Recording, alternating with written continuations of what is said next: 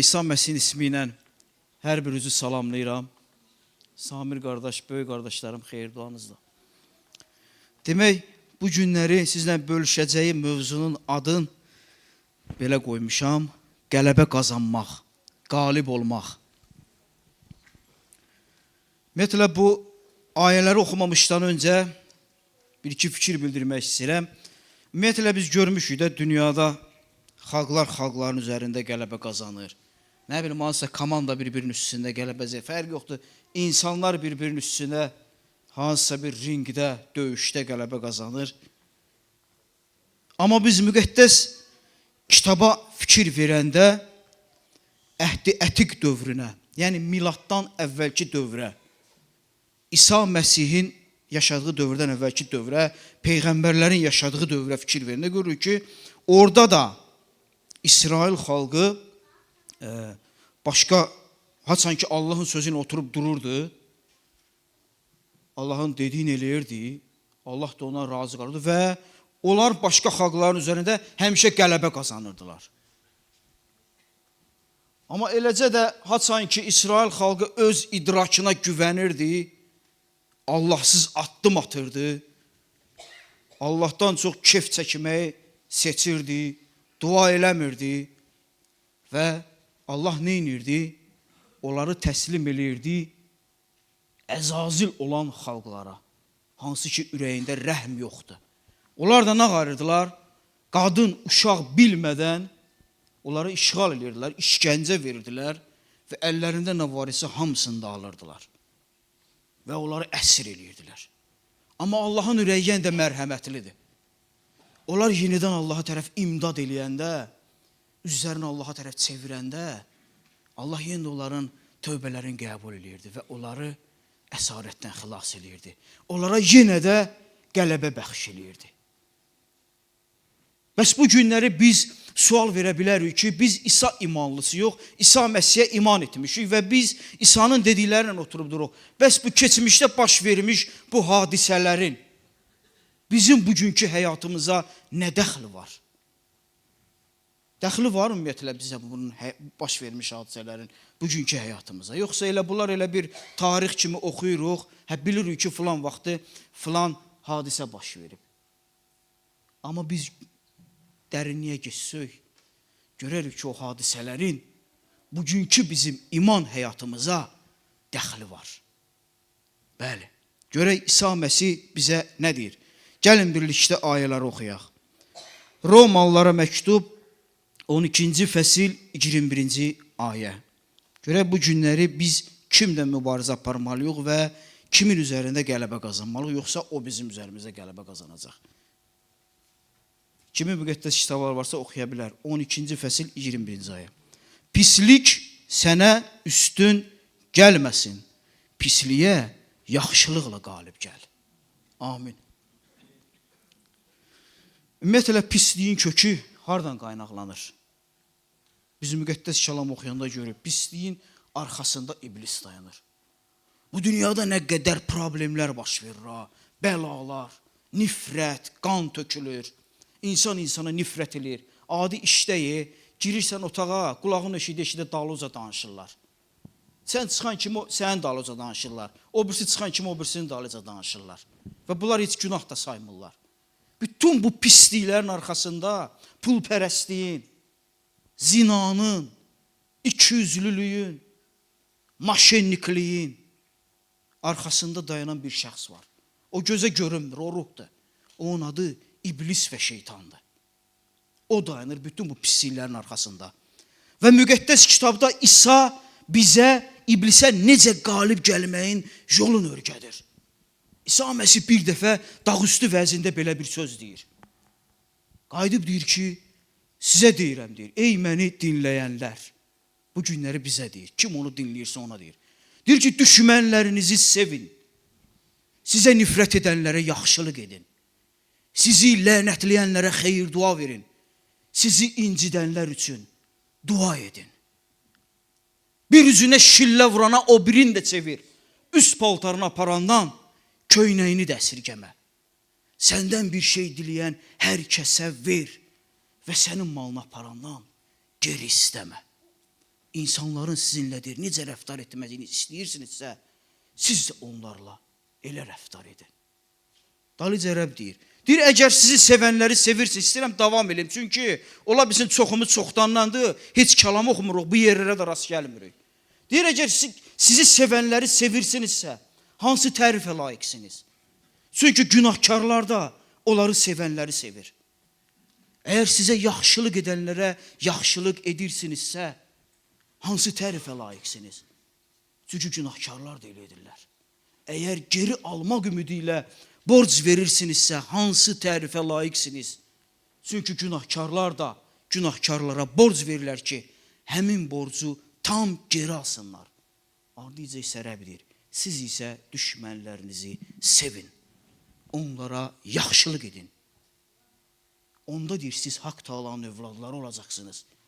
Çünki o nankorlara və pis adamlara da xeyirxahdır. İsa bu sözləri niyə deyir bizə?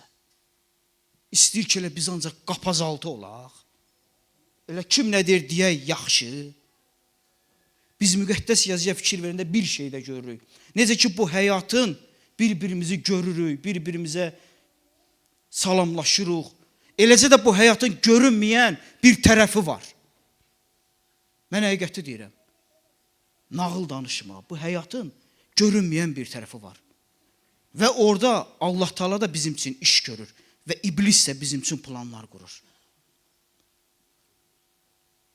Ola bizim kimsə təzə gəlib düşünür ki, bu nə nağıl danışır. Mən bir şey demək istəyirəm, qısa şəhadətçilik. Heç məsiti yox, adi bir insandan rastlaşdım. O qayıtdı mənə dedi ki, mən deyir, 1-ci Qarabağ müharibəsində deyir, öldüm. Bədənimdən çıxdım. Və deyir, mənim ətrafımı bir varlıq bürüdü. Mən bildim ki, o Allahdır. Deyir, nədən bildim? Çünki ətrafımda elə bir sevgi var idi ki, mən bildim ki, Allahdır. Və başladım deyir, ona yalvarmağa. Qardaş İsa'nı görüb də, sevgi dolu kimdir? İsa'dır da. Və deyir, mən təsəvvür eləmirdim ki, Allah bu cür sevgi dolu Allahdır. Və ona yalvardım ki, ay Allah, mənim 2 dəyə balam var. Mən öz bədənimə qaydım və güydüm öz bağlarımı, baxım da, onlara qulluq eləyim. Və deyir, qayıtdım öz bədənimə. Bu da dünyavi insanın mənə danışdığı söz. İmanlı adam danışmır. Kimsə desin ki, bunlar nağıl danışır. Dünyada olan bir insan. Qardaşımız dünyanın, həmin o qardaş. O görünməyən o tərəfin görüb. Bax, orada iblis bizim üçün planlar hazır. Və ona görə də bütün pisliklər iblisdən çıxdığı üçün İsa bizə ona görə deyir. Bir-birinizi sevin.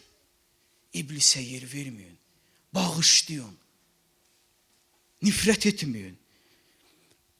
Və müqəddəs yazıda Efeslilərdə belə bir ayəyə yazılıb ki, çünki bizim mübarizəmiz qandan və ətdən ibarət olan insanlara qarşı deyil, şər başçılarına və hakim olanlara, bu qaranlıq dünyanın hökmdarlarına, səmadakı şər qüvvələrə qarşıdır. Amin. Demək, bizimlə kimsə üzə dayanıb, bizim üstümüzə hədəb içir. Bil ki, o insan qarşındakı o deyil. Onun arxasında duran o iblisdir. Və müqəddəs kitab bizə nə deyir? Pisliyə pisliklə, söyüşə də söyüşlə cavab verməyin. Əksinə deyir, xeyir dua eləyin. Çünki bunun üçün çağırıldınız ki, xeyir duaları irs olaraq alasınız. Amin. Bu günləri, bayaq dediyim kimi, dalıca danışırlar işdə, sən keç otağında o insansın, dua elə. Evə gəlirsən, görsən, arvad əsəbləşib, sən keç otaqda dua elə. İnan ki, 5 dəqiqədən sonra görəcəksən ki, hər şey dəyişdi. Bu şeyləri yaşayan insan kimi mən deyirəm. Görəcəksən ki, evə sevgi gəldi. İnan həqiqətdə deyirəm. Bunlar hələ xırda şeylərdir. Sınağa düşmüsən, sınağa düşmüsən, çətinliklə rastlaşmışsan, təqiblə rastlaşmışsan, sevin, sevin. Sevinməyə başına oyun gəlib, ona görə demirəm. Sevin ki, sınaq zamanı İsa'nı izzətləndirmək üçün sənə şans yaranıb. Amin. Və İsa Məsih nə deyir? Dünyada əziyyətiniz var, amma cəsarətli olun. Çünki mən dünyaya qalib gəldim. Amin. İsa Məsih deyir bizə bu sözü. Və ardıca belə bir ayə var. Yazılıb ki, çünki Allahdan doğulan hər kəs dünyaya qalib gəlir. Amin. Bütün bu şeyləri başa düşmək üçün gərək Allahın ruhundan doğulsun ki, insan bütün bu şeyləri başa düşsün. Və dalıca Rəbb deyir, dünyaya qalib gələn kimdir? Əlbəttə ki, İsa'nın Allahın oğlu olmasına inanan. Amin. Biz İsa'ya inanmalıyıq ki, bütün o pisliklərin üzərində qələbə qazanaq. Bizim o gücümüz olsun ki, bütün bu lənətlərə, küfürlərə qarşı dayana bilək. Və bizə verilən çox suallardan biri də var. Şəxsən mənə çox verilir. Deyirlər ki, bəs İsa o cür qüvvətə, o cür hakimiyyət üzərində səlahiyyətə sahib idisə, bəs niyə o çarmıqdan düşüb öz canın qurtarmadı? Eyni cür o böhründəki quldur da ona sualı verirdi. Niyə? Niyə düşüb o canın qurtarmadı? Bilirsiniz niyə? Biz insanlara görə. İblisin üzərində qələbə qazanmaq üçün. Ki, bizi şeytanın əlindən satın alsın. O çarmıqda öz canın qurban verməklə iblisə qalib gəlirdi.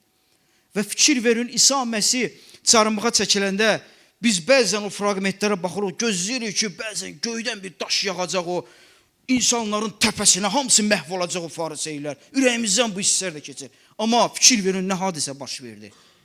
Adicə göy qaraldı, bir çox müqəddəsin cəsədi dirildi və yazılıb ki, məbəddə o müqəddəs yerdəki pərdə iki yerə ayrıldı. Bilirsiniz o nə idi? Həminki dövrə qədər Allahla insanların arasında o pərdə var idi. İsa Məsih çarmıxa çəkilməklə həmin o pərdə iki yerə cırıldı və insanlar, biz insanlar artıq Allaha birbaşa yaxınlaşmağa şansımız var. İsa Məsih vasitəsilə. Amin.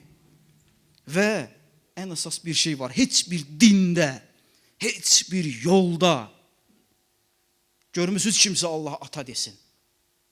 Heç kim demir. Qələbə bax budur. Biz İsa vasitəsilə Allaha ata deyirik.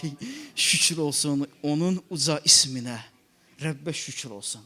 Məndən sonra qardaşım danışacaq və kim səbirsizdirsə, fərq yoxdur. Evdə, işdə, bu cür sınaqlarla üzləşirsə, tövbə etsin. Rəbb onu bağışlayacaq. Çünki bayaq deyildiyi kimi bizim mübarizəmiz ətə və qana qarşı deyil. Otağımızda dua edib, insanları bağışlayıb, inanın ki, 5 dəqiqədən sonra, 10 dəqiqədən sonra İsa Məsih bizə o qalibiyyəti verəcək. Və biz görəcəyik ki, ətrafımız artıq əvvəlki kimi deyil. Rəbbə şükür olsun. Rəbb hamımıza xeyir dua versin. Amin.